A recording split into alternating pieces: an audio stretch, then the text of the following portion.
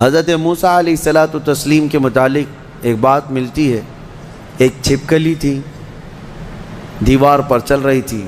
موسیٰ علیہ السلام نے پوچھا مولا اس کا کیا کام ہے، اس کا کیا کام ہے، یہ کیوں پیدا ہوئی ہے؟ چھپکلی کا ضروری نہیں کہ ہر ایک کی حکمت آپ کو معلوم ہو کون دنیا میں کیوں آیا. اللہ نے کوئی بھی چیز بغیر فائدے کے نہیں پیدا کی. رب تبارک و تعالیٰ نے ارشاد فرمایا موسیٰ تھوڑی دیر پہلے چھپکلی نے مجھ سے پوچھا کہ موسیٰ کو مولا تو نے کیوں پیدا کیا.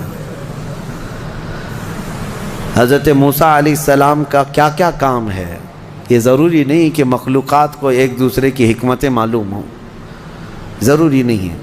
لیکن اللہ تعالیٰ عبث بغیر کسی وجہ کے محض کسی کو نہیں پیدا کیا. بس اپنے مقصد زندگی کو سمجھو اور فالتو اپنی زندگی کو ضائع مت کرو.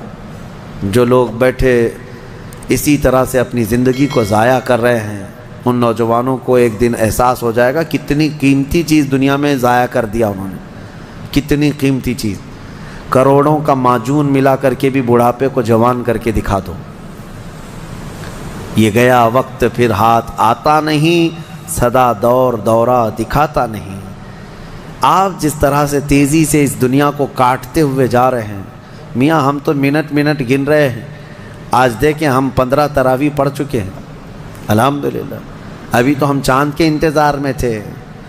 یوں ہی وقت آئے گا، اللہ آپ کو سلامت رکھے، ہماری زندگی کا بھروسہ نہیں، اگلا رمضان بھی پھر آپ بیٹھیں گے.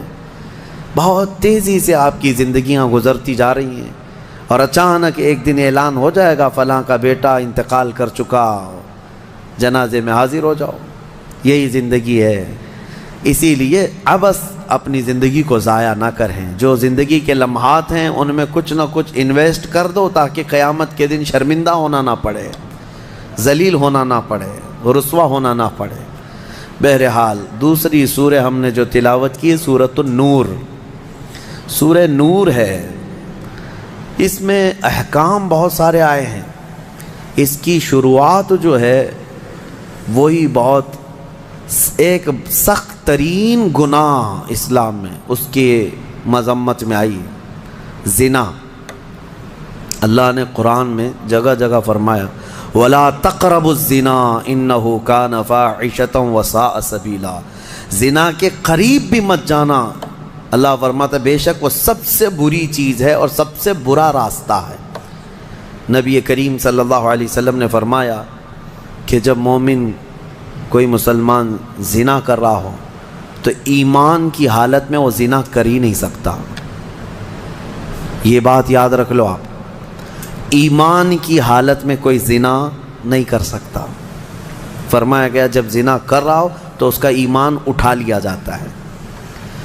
ایمان اس کے ساتھ نہیں ہوتا، ایمان اٹھا لیا جاتا ہے.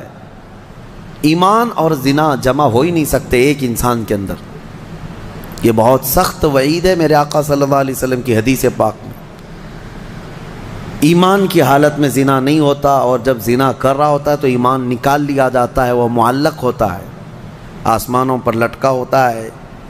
اس زنا کے حالت میں اس کے ساتھ ایمان نہیں ہوتا. اب جو آیتیں آئی ہیں اللہ فرماتا ہے الزانیۃ والزانی فاجلدوا کل واحد منہما 100 جلدہ. زنا کرنے والے مرد اور زنا کرنے والی عورت کو 100 کوڑے مارو.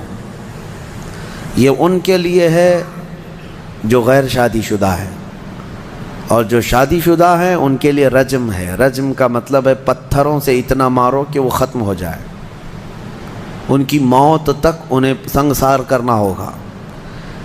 یہ اتنی ہیبت ناک سزا ہے دنیا میں کہ دیکھو تو رونگٹے کانپ جائیں آپ کے. لیکن لوگوں کو ایسا لگتا ہے کہ ایسی اتنی بڑی سخت سزا کیوں ہے. میرے عزیزو یہ ایک ناسور ہے، ایک کینسر ہے معاشرے کا، ایک کینسر ہے. جب کیمو کرتا ہے ڈاکٹر تو بہت سخت تکلیف ہوتی ہے. کیمو تھراپی آسان نہیں ہے. پورے جسم کے بال جل جاتے ہیں، خون میں پتہ نہیں کیا سے کیا ہو جاتا ہے. کیوں؟ ایک پھوڑی کہیں پر کینسر کی آئی ہوتی ہے، اس کو ختم کرنے کے لیے پتہ نہیں 10 12 کیمو دیے جاتے ہیں. زنا جو ہے پورے معاشرے کا ناسور ہے، کینسر ہے.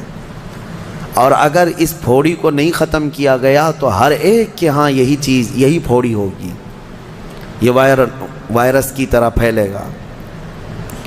اور اسلام نے یہ سب سے بڑی سزا رکھی ہے زنا میں، سب سے بڑی سزا ہے۔ آج دنیا یہ مطالبہ کر رہی ہے کہ ریپسٹ کو اسلامی سزا دی جائے۔ کیوں؟ ان کی بیٹیوں کا جب ریپ ہو جائے تو وہ چلاتے ہیں۔ اسلام وہ ہے جو ہر ایک کی بیٹی کو بیٹی کا ہی درجہ دیتا ہے، ایک عظیم خاتون کا ہی درجہ دیتا ہے۔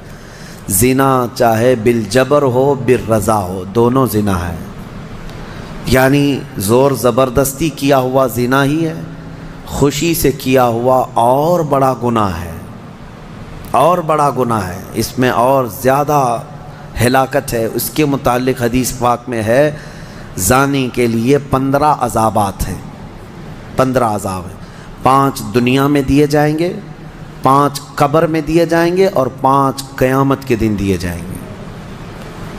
یہ 15 عذابات وہ جھیلتا رہے گا زانی، 5 دنیا میں، 5 قبر میں، اور 5 قیامت کے دن۔ جو سب سے بڑا عذاب ہے اس کے لیے، میں نے جو سمجھا، یہ 15 کی میں اگر تفصیل بیان کروں تو بہت لمبا ٹائم جائے گا۔ یہ 15 عذابات کیا کیا ہیں؟